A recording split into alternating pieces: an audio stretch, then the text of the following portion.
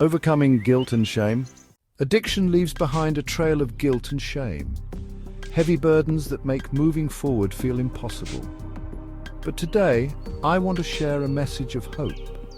Overcoming guilt and shame is possible, and the answer lies in kingdom principles rooted in God's Word.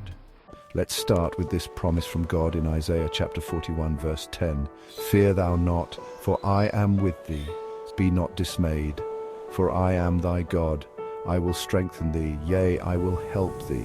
This verse reminds us that no matter how deep the guilt or shame, God is with you, ready to help you rise again. The Bible calls addictions strongholds, deep-rooted struggles that require spiritual tools to break free. Guilt and shame often keep these strongholds alive, whispering lies like, you're unworthy or you can't change.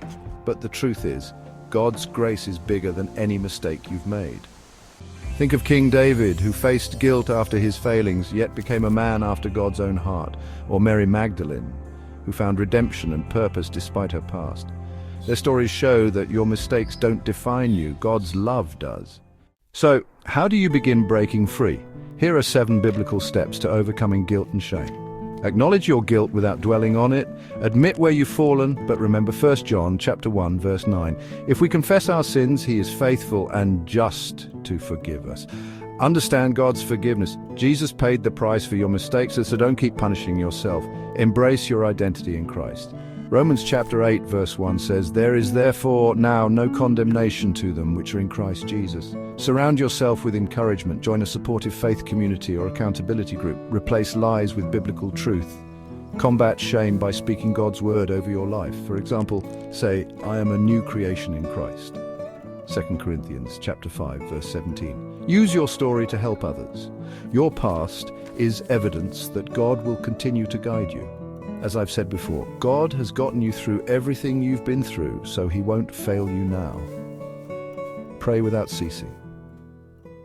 As I once experienced in my darkest times, so many people talked around me but forgot to pray for me. Don't underestimate the power of prayer, it moves mountains. Creative expression is another way to process guilt and shame, whether it's poetry, painting, rap, or playing an instrument, like King David with his harp.